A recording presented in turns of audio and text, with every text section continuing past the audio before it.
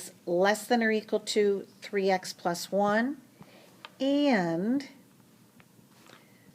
3x plus 1 is less than 4x minus 2.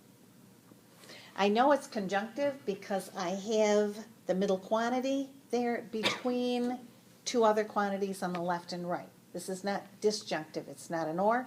It's conjunctive. So I'm going to subtract 3x and divide by 2.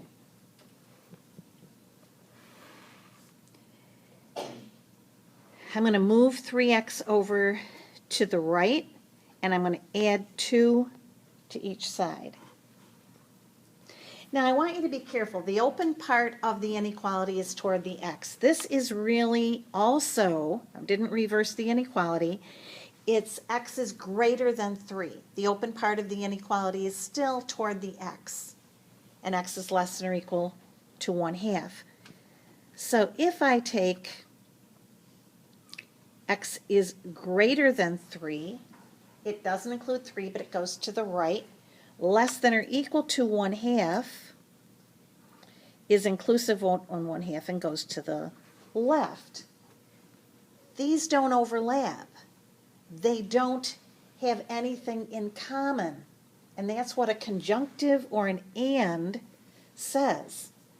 This is, if it was an or, then you'd get both of those two solutions. But since it's and, you have no solution to this problem. They do not overlap or intersect. So think about the number line. Think about graphing this on the number line and see what you get, because that's important.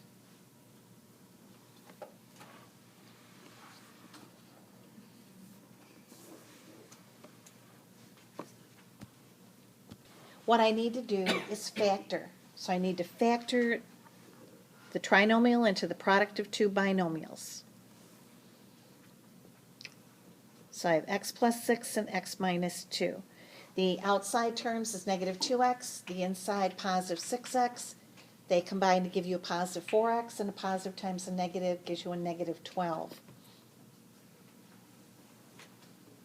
So now I have to take x plus 6 less than or equal to 0, x minus 2 less than or equal to 0. It's similar to how we solved a quadratic equation before by factoring, except now we're treating it like an equality, but with inequality properties here.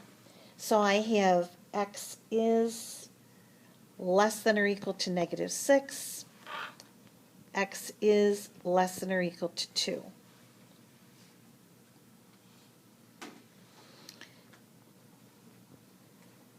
So what that does is it gives you some test points here. What we need to do is test numbers in each of these regions back into the original inequality and see if they work.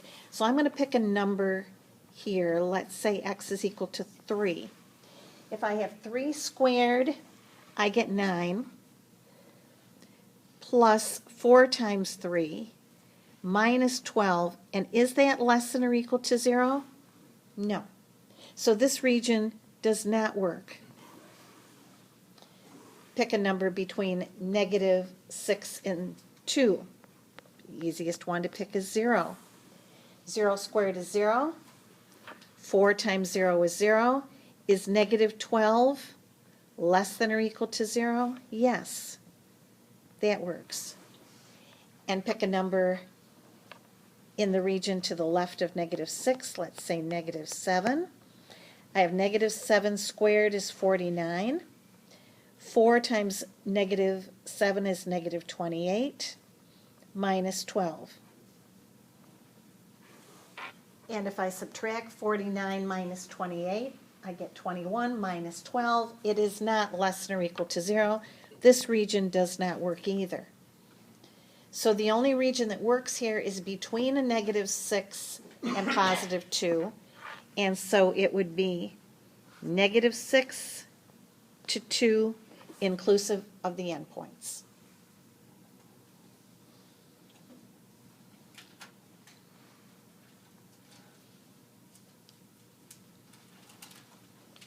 So you're testing all three of those regions and see which regions satisfy the inequality.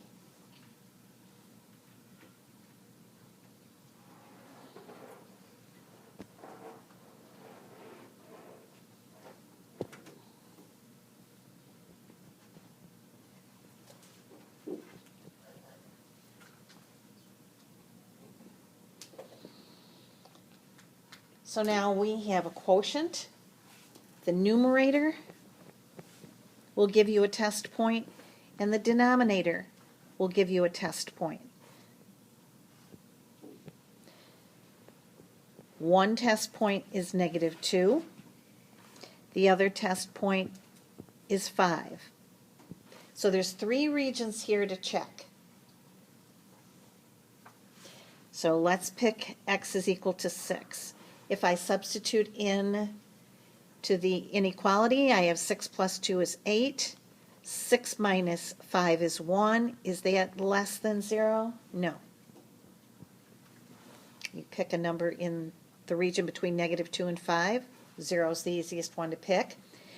0 plus 2 is 2. 0 minus 5 is -5. -2/5 less than 0? Yes. And let's pick a number in the third region. Let's say -3. -3 plus 2 is -1. -3 and -5 is -8. Is 1/8 less than 0? No. So the region that works is between -2 and 5. So it is exclusive of -2 and 5. We know that 5 can't work because it would give you division by 0. So we know that that would not work here anyway.